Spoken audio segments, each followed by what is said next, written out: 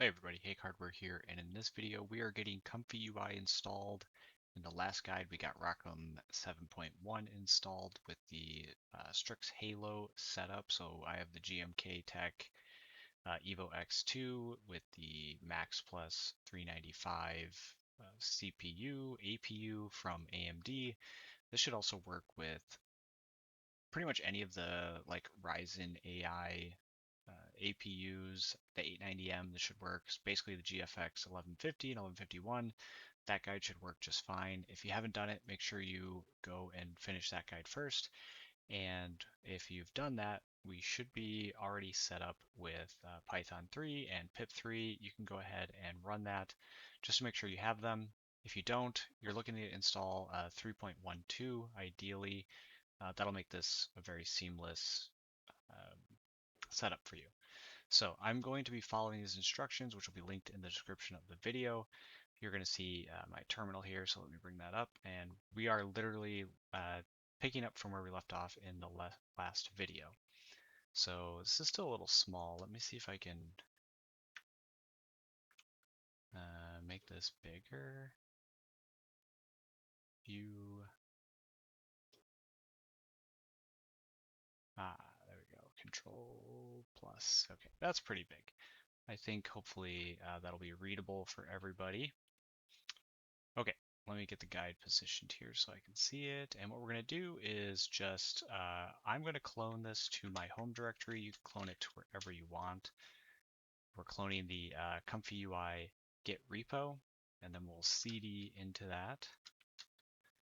And what we're going to want to do is everything in a virtual environment. So we really have like zero chance of messing up our system if we do everything inside the virtual environment. So that'll be Python 3-m and then venv, so we're setting up a virtual environment, and then we're just going to create it in a folder called venv. And that should just take a second.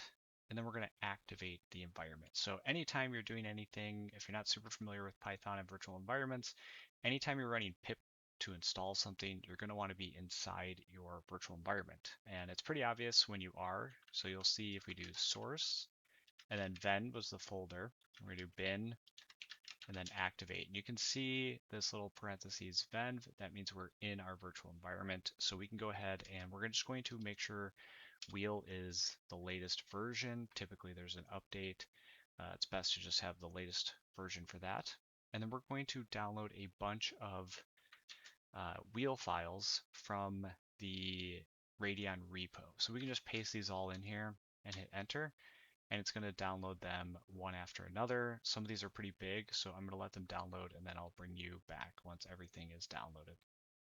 Okay, that actually only took a couple seconds. We're back, and just to make sure everything is installed correctly, you can do this ls-la for ROCm with the grep command, and we can see we have the 4 files here downloaded inside the ComfyUI directory, and we are in our virtual environment.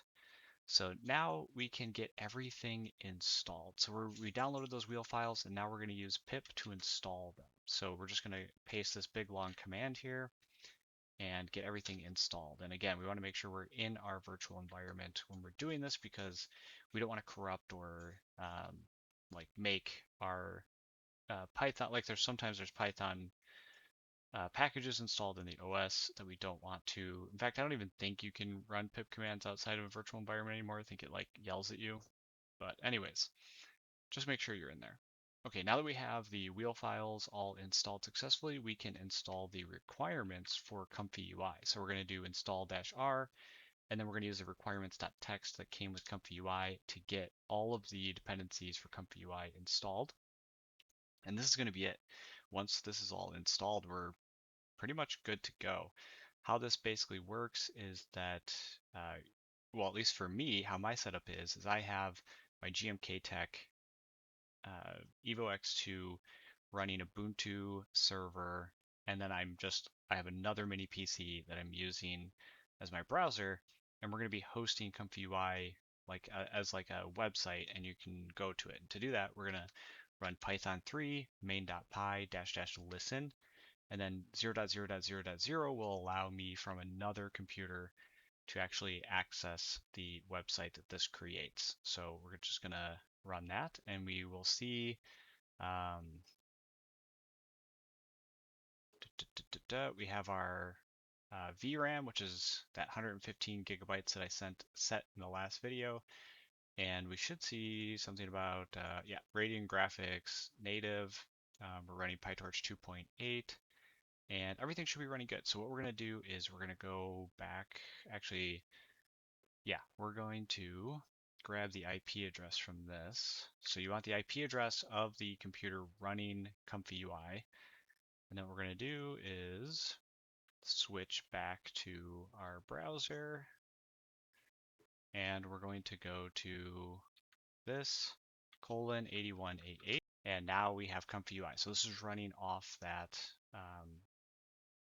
GMKtec PC. And if we want to just let's say we want to do this template, we'll just click that. We need to download the models. So this goes into Checkpoint. So we can copy the URL here, and we can go back into our terminal, and let's just open up a second one. And what we can do is, I love Termius. It's really nice. We can get both of these terminals in here. And you're going to want to go, you don't have to go into your virtual environment for this because you're just downloading a file. You can go cd ComfyUI models checkpoints, and that's where you're going to want to put the model. And you can do wget and then just paste in the file there. And then we're going to download this. So I'm going to let this download. It's actually like 6 gigabytes. And once we download the model, we'll be back in our browser, and we'll have only one model we're missing. And then we can actually generate something here in a second. So let's let this download, and then I'll bring you back. Okay, we've got that model downloaded. We could just do ls. We see it in there now. And let's go back to our browser. And we don't have to do anything. The model's there, so we can just go ahead and hit play. And we can see that it is actually, we're at the K-sampler now, and we can see that that bar is getting filled up. I know this is really small. But we can actually view it in the terminal as well. We can see that we're getting about 2.5 seconds per iteration, which is pretty good. We can generate this image in like basically a minute. Of course, a dedicated like NVIDIA GPU is going to be a lot faster. Like my 5060 Ti, I think, does this like way faster than this. But this is definitely usable, and there's lots of different settings you can do. Different resolutions, different models that you can run to make things faster or better quality. This is just kind of a default template. There's lots of optimizations that you can do. So let's just wait for this to finish up, and then let's see what we get. Okay, prompt executed in 81 seconds. Let's go back to the browser, and we can see there is the image. So that was pretty good. This is a pretty big size image as well. If we double click it or go over the queue, yeah, so really good quality image overall, and 81 seconds. So that was pretty cool. Let's see if there's anything else in our browser here that I missed. Nope, that's it. So hopefully that was helpful. We're gonna have another guide. It won't be out. It'll probably be out in a day or two, where we're gonna go over Llama CPP, and also there'll be one for OLlama as well. And in the future, we're gonna have a more production video where I'm actually setting it up for like my real use, where I'm gonna be connecting to it with N8N for automations. And I haven't decided if I'm just gonna run Llama CPP or OLlama. Probably OLlama for the backend API connections to things like OpenWebUI, and N8N for when it means to make API calls to have the AI models like do something. So anyways, lots more videos come in. I still want to test a bunch of models on some of my lower end mini PCs just to see what we can do. On my current daily driver, I've got a 64 gig upgrade for system RAM just to see what I can run with 64 gigs of system RAM instead of 32. So there's going to be a ton of different videos. Please like, subscribe. If you want to support the channel in a free way, click on the affiliate links. I do earn a commission if you make a qualifying purchase. Super helpful for the channel. Anyways, hopefully it was helpful, and I'll see you in the next one.